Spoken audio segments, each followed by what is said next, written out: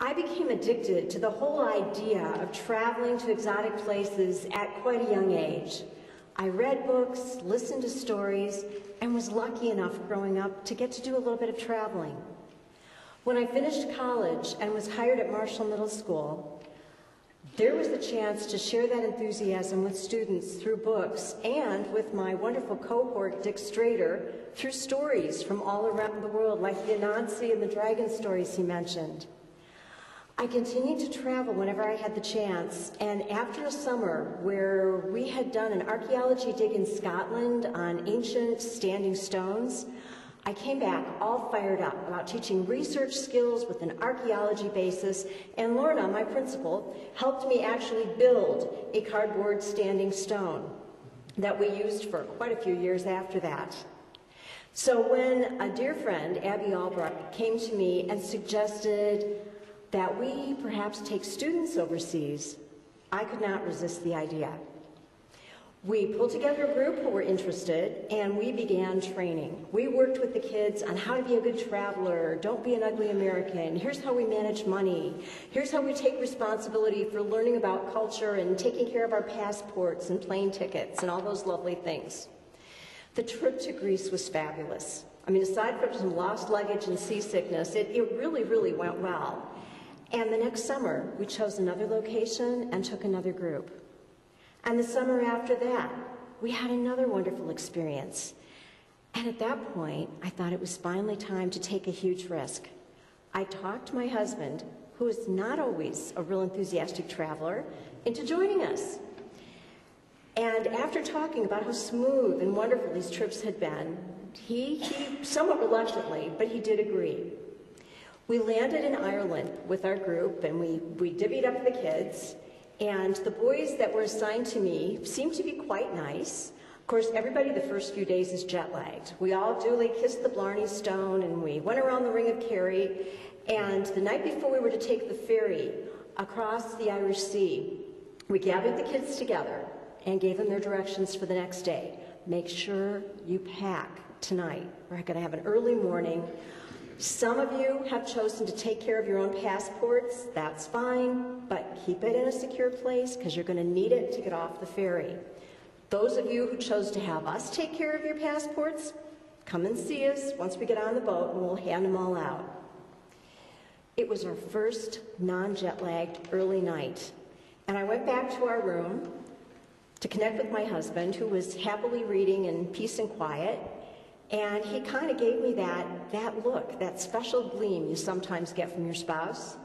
So I pulled out my travel pajamas. Oh, they were the best pajamas. They were silk, paisley. They packed away to nothing. They were soft and comfortable, and they were bulky enough to be modest in case a kid came knocking in the middle of the night needing something. He looked at me, and I think he even said something foolish like, "Alone at last." And it was then that there was a knock on the door. I opened it, and there stood one of our young boys who, to this day, I remember as the scariest kid we ever traveled with. He didn't look scary. You know, he was only about this tall, skinny, as only a middle school kid who has just completed a growing spurt can be, and he had that somewhat scattered, disoriented look that a lot of kids have after a major growing spurt. I was still getting to know him, and I noticed that unlike a lot of the other kids, he didn't get caught up looking for souvenirs or gifts to take home. This boy was into food. Anytime we could not find him right with the group where he was supposed to be, I'd already learned, look for the nearest place that sold food, and that's where I would find this boy. So there he was at my door, and he then said the words that strike terror into every chaperone's heart. "Mrs. Lambert, I can't find my passport." Well, he'd been so responsible with his money that I really thought he could handle this. So Any thought of romance was gone.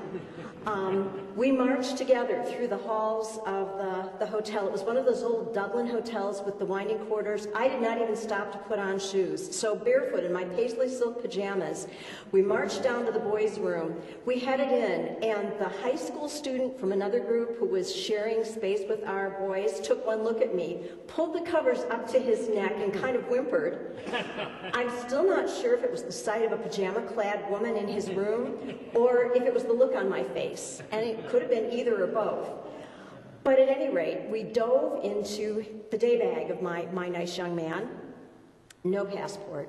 We pulled out the duffel bag that he was using as his main piece of luggage, and we began to pull out every single item in there. We checked all the pockets. We found an absolutely horrendous amount of candy and snack food inside that duffel bag, but there was no passport. I crawled under the bed to look. I flapped the sheets, and out of frustration, I picked up the duffel bag one more time and shook it upside down as hard as I could, hoping to shake something loose. And it was then that I saw on the bottom of the duffel bag, there was an outside zipper compartment. I slid it open, and there inside was that beautiful navy blue gleam of an American passport. I pulled it out and noticed there was something else in the compartment. It was his plane ticket home that he didn't realize as of yet he had mislaid.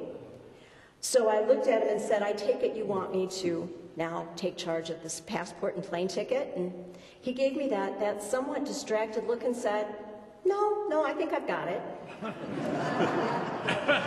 A second stab of fear went through my heart because I realized he really didn't understand what kind of a mess we'd almost gotten ourselves into here. I looked around. There had to be some way to really impress on him that this was important, and when I looked down at the floor and saw the scattered candy, it hit me. I looked him in the eyes and said, do you realize what would have happened if we hadn't found this? We'd have been stuck here for another night, and you would have had to pay for 2 hotel rooms. We'd have had to rebook our ferry tickets, and you'd have had to pay for that. We'd have had to catch up with the rest of the group, and you'd have had to pay for that. You would not have had any money left for any more snacks or candy.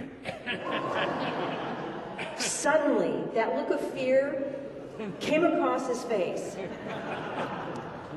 By the time we had him repacked and I headed back to my room that night, I knew that there was no romance in my future that night, but as I walked barefoot in my paisley silk pajamas through the winding halls of the old Dublin hotel, I had clutched in my hot little fingers 1 passport and 1 plane ticket home.